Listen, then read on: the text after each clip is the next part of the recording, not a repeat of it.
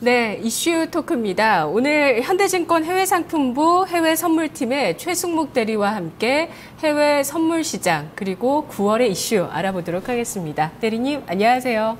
네, 안녕하세요. 네, 안녕하세요. 네, 안녕하세요. 네, 반갑습니다. 네. 네, 대리님, 먼저 미국의 금리 인상 움직임의 배경을 좀 알아보겠습니다. 미국이 이제 2008년 이후에 처음으로 출구 전략의 시도를 나타내고 있는 건데요. 그 전반적인 배경에 대해서 다시 한번 또 알아볼 필요 있을 것 같아요. 네. 지금 해외 선물 시장뿐만이 아니라 전 세계 어떤 상품군에서도 지금 가장 촉각이 곤두서 있는 상황인데요. 미국은 오랜 기간 이어져온 제로금리의 시대를 지금 끝내려고 하고 있습니다. 방금 말씀해주신 대로 2008년 서브프라임 사태로 글로벌 금융위기가 확대되면서 미국이 엄청난 양의 달러를 찍어낸과 동시에 금리를 제로금리 수준까지 하락을 시켰습니다. 그 상태로 지금까지 계속 유지가 되고 있었는데요. 미국 경제가 회복세를 보임에 따라서 지금 7년 만에 이제 큰 변화를 예고하고 있습니다. 근데 문제는 이제 언제 미국이 금리 인상을 시작을 할 거냐, 이런 부분이 가장 중요한 부분입니다. 그래서 지금 9월 달과 12월 FOMC 미팅 중에서 언제 금리 인상을 할 거냐, 아니면 올해를 넘길 것이냐, 이런 부분이 가장 좀 이슈가 되고 있습니다. 그래서 지금 9월에 금리 인상을 단행한다면 한국 시간 기준으로는 내일 새벽 3시에 발표가 있고 30분 뒤인 3시 30분에 FRB 의장인 제닛 옐런 의장이 코멘트가 있을 예정입니다. 그래서 지금 전 세계적으로 올해 가장 큰 이벤트이기 때문에 특히 해외 선물 거래하는 고객들 입장에서는 시장의 예상과 다르게 움직일 경우 변동성이 상당히 커질 수가 있기 때문에 투자의 이익 또는 손실의 규모가 커질 수 있어서 리스크 관리도 좀 신경을 써야 되는 상황입니다. 네, 미국이 9월에 기준금리를 인상할 가능성이 점점 낮아지고 있다. 이런 인식들이 퍼지고 있는데요. 실제로 어떤 수치가 나타나는 게 있나요? 네, 수치라고 하면은 어차피 발표가 날 때까지 정확히 알 수는 없는데, 보통 이제 미국에서는 전문가들 전문가들의 예상치를 이제 퍼센테이지로 이제 보통 계속 예상치를 집계를 하곤 합니다. 그래서 지난달까지만 해도 이제 전문가들의 80% 이상이 9월 달에 금리 인상을 시작한다, 이렇게 예상을 하고 있었는데, 지금 현재는 이제 40% 수준까지 내려왔고, 이제 집계 방식에 따라서 거의 20% 수준까지 내려왔다고 보는 결과치도 있었습니다. 그 이유를 보자면은 지금 미국이 실업률 하락과 동시에 이제 경기 지표가 호조세를 보이면서 이제 금리 인상이 당연시 되던 분위기였는데, 다들 잘 아시다시피 최근에 이제 중국발 경기 둔화 우려와 그다음에 미국 경제 지표가 다시 이제 혼조세를 보이고 있어요. 그래서 이런 글로벌 경기가 다시 침체의 우려에 빠져들고 있는 상황에서 금리 인상을 하는 게 맞느냐 하는 어떤 회의감이 좀 커지고 있는 상황이라고 보시면 될 것 같습니다. 네, 중국이 또 경기가 둔화되다 보니까 더 왈가왈부했었던 내용인데요. 이에 따라서 더 미국의 기준금리 9월 인상 가능성은 낮아지고 있다, 이렇게 설명을 해주고 계십니다. 하지만 그 9월 시작할 때쯤이었나요? 피셔 연준 부의장의 발언처럼 아직 정해진 것은 없다. 따라서 FOMC 회의 결과가 나올 때까지는 가타부타 얘기할 수는 없는 것이다, 라는 이제 이야기도 있었고요. 또 우리도 그렇게 생각을 해야 되는 건지, 아니면 이 주식 같은 경우는 지금 좀 위험자산 선호도도 나타나고 있고요. 유가도 이슈가 있어서 오르긴 했지만 유가도 반등세가 강하고, 이런 부분들이 위험자산 선호로 좀 인식을 한다면 시장은 먼저 안도감을 좀 반영하고 있다고 봐야 될 텐데, 항상 시장이 정답이고 시장이 좀 더 빠르잖아요. 따라서 이런 쪽을 좀 가능성을 봐야 되는 건지 오늘 대리님의 의견 좀 여쭤보고 싶네요. 해외 선물 상품별의 영향과 손익 계산에 대해서 좀 설명해 주시면서 이런 부분들 이야기해 주시죠. 네. 일단 지금 금리 인상 이슈가 가장 크기 때문에 이제 해외 선물 상품군별로 금리 인상이 된다면 그러니까 상품군별로 시장이 어떤 방향으로 움직이고, 그에 따라서 이제 손익이 얼마나 이제 크게 움직이는지를 이제 설명을 해드리려고 합니다.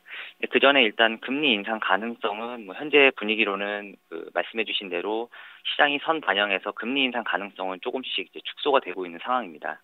하지만 이럴 때일수록 이제 금리 인상을 단행한다면 시장에서는 쇼크로 받아들이면서 이제 변동성이 커질 수 있는 상황인데요.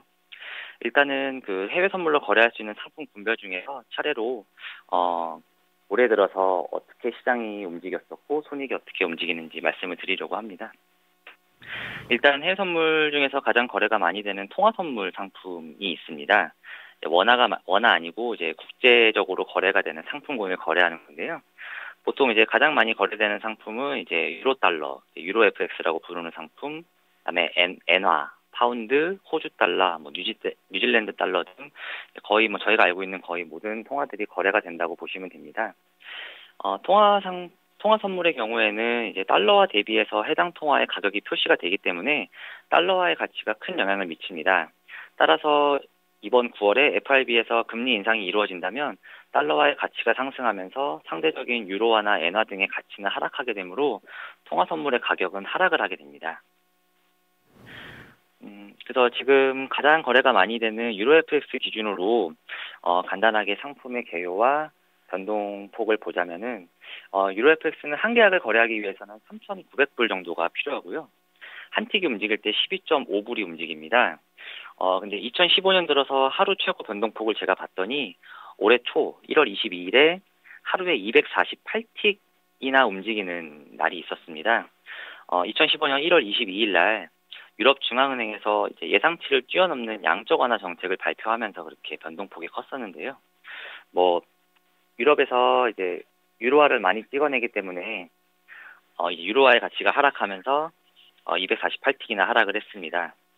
그래서 만약에 그때 유로 달러를 한 계약을 매도를 가지고 있었다면은 하루에 이제 3,100불이라는 이익이 발생할 수 있는 시장이었습니다. 하지만 반대로 만약에 매수를 갖고 있던 고객이 있었다면은 하루에도 이제 3,100불의 손실을 볼 수 있는 시장이었다고 볼 수도 있습니다. 그래서 뭐 아까 서두에 말씀드렸지만 이제 FOMC 결정을 앞두고 시장 변동성이 커지면서 이제 손익이 이만큼 크게 변동할 수 있다는 부분을 말씀드리고 있기 때문에 투자에 참고를 해주시면 될 것 같습니다. 네, 통화 부분 설명해 주셨는데요. 한 계약당 감안을 해서 당시 하루 최고 변동폭 보인 날 한 계약 갖고 있었을 때 가정하신 거죠? 네, 그렇습니다. 예, 그랬을 때 3,100불이니까 우리 돈으로 360만 원 정도 네. 이익 혹은 손실, 한 계약당 이렇게 나타날 그렇죠. 수 있습니다. 네. 지금 이제 9월에 금리 인상이 되느냐 마느냐 그 시점에서 이제 오늘 밤부터 새벽까지 해서 진짜 해외 선물이나 옵션 거래하시는 우리 국내에도 직원분들 많이 계시잖아요. 대리민도 직접 매매를 하실 거고요, 그렇죠? 이제 저희는 이제 규정상 직원이 직접 파생 상품 거래는 못하게 되어 있어서. 네, 아니 본인 거 말고. 네네네. 하시잖아요. 네네네. 예. 고객들의 자금을 하고 계시잖아요. 이런 이제 오늘 밤이 굉장히 이제 중요한 시점인데 그래서 통화 부분 한번 좀 최대 변동폭을 따라서 좀 예상을 해봤고요. 지수 같은 경우 지수 선물은 또 어떻게 움직일까요? 네, 지수 같은 경우에는 이제 고객님들이 가장 익숙해하는 상품 중에 하나고요. 이제 뭐, 전 세계 이제 지수를 거래할 수 있지만, 이제 그 중에서 거래가 가장 많이 되는 CME 거래소의 미니 S&P 500 기준으로 마찬가지로 손익 변동폭을 한번 살펴보겠습니다. 미니 S&P 500의 경우에는 CME 거래소에서 한 계약당 증거금이 5,060불이 이제 소요가 되고요. 이제 한 틱이 움직일 때마다 마찬가지로 12.5불이 움직이게 됩니다.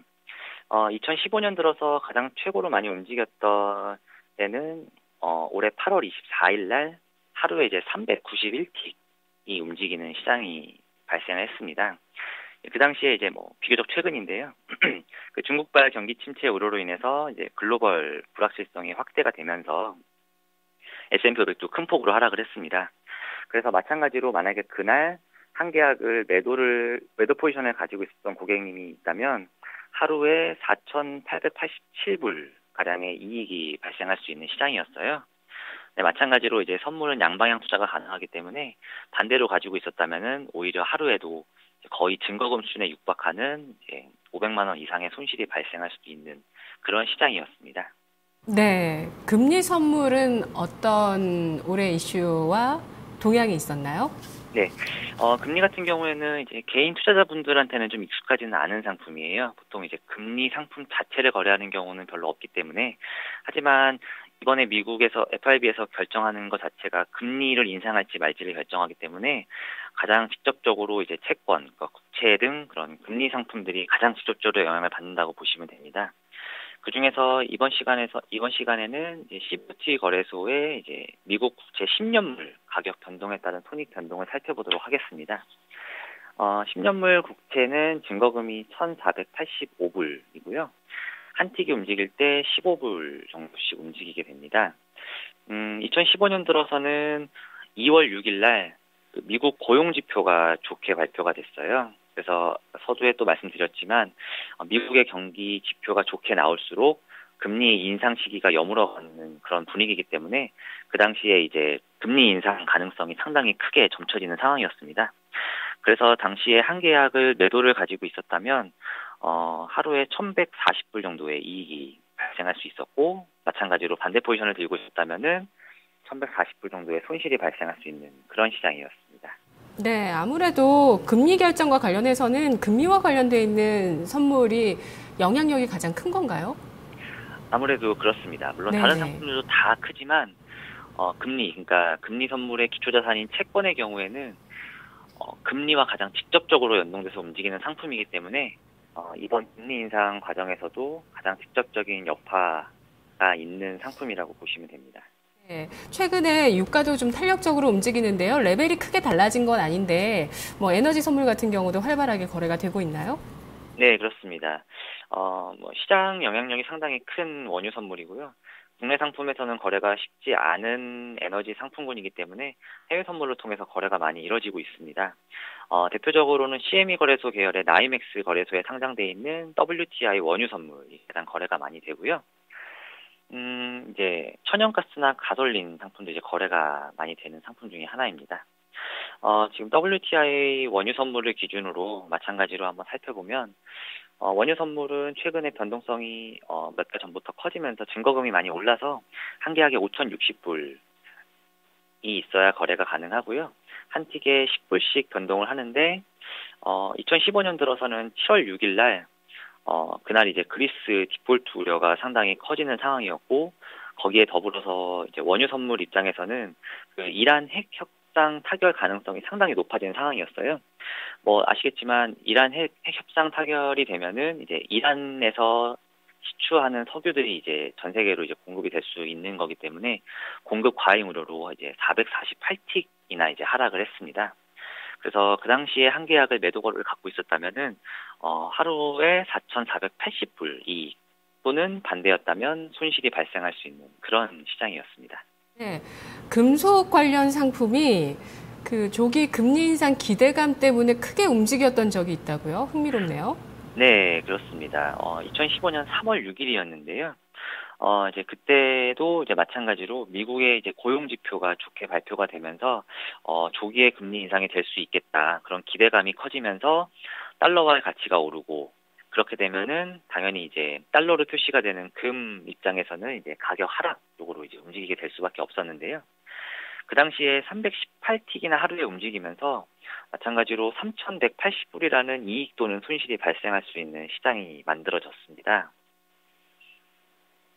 네, 그 조기 금리 인상 가능성이 고용 지표에서 비롯됐는데 이것이 이제 경기에 대한 회복 기대감으로 크게 반영이 됐던 거라고 볼 수 있겠네요. 마지막으로 농산물 같은 경우도 올해 뭐 엘니뇨, 슈퍼 엘니뇨다 뭐 이런 얘기들도 있어서요. 기상 변화가 좀 영향을 많이 주겠죠? 네, 그렇습니다. 농산물은 대표적으로 가격 변동성이 상당히 큰 상품군 중 하나인데요. 언급해 주신 대로 다른 상품과 다르게 이제 기상 상황에 따라서 작황 변화로 인한 공급 이슈 등 이제 고려할 패턴이 좀 다른 상품들이랑 다른 점을 이제 유의해 주셔야 되는데요. 대표적으로 이제 옥수수 상품이 가장 거래가 많이 됩니다. 이 옥수수는 이제 미국이 총 생산의 40% 가까이 차지하고 있기 때문에 특히 이제 미국 쪽 관련된 이슈가 많이 있다고 보시면 되고요. 옥수수 같은 경우에는 올해 6월 30일 날 미국에서 옥수수 재배 지역이 줄었다는 소식이 발표가 되면서 가격이 큰 폭으로 상승을 했습니다. 뭐 당연히 재배 지역이 줄기 때문에 이제 공급이 줄 수 있다는 우려가 컸었던 부분이고요. 옥수수 같은 경우에는 한 계약에 1,375불로 거래를 할 수 있는 상품인데 6월 30일 날 하루 만에 1,462불이라는 이익 또는 손실이 발생할 수 있는 그런 큰 변동성을 보여줬어요.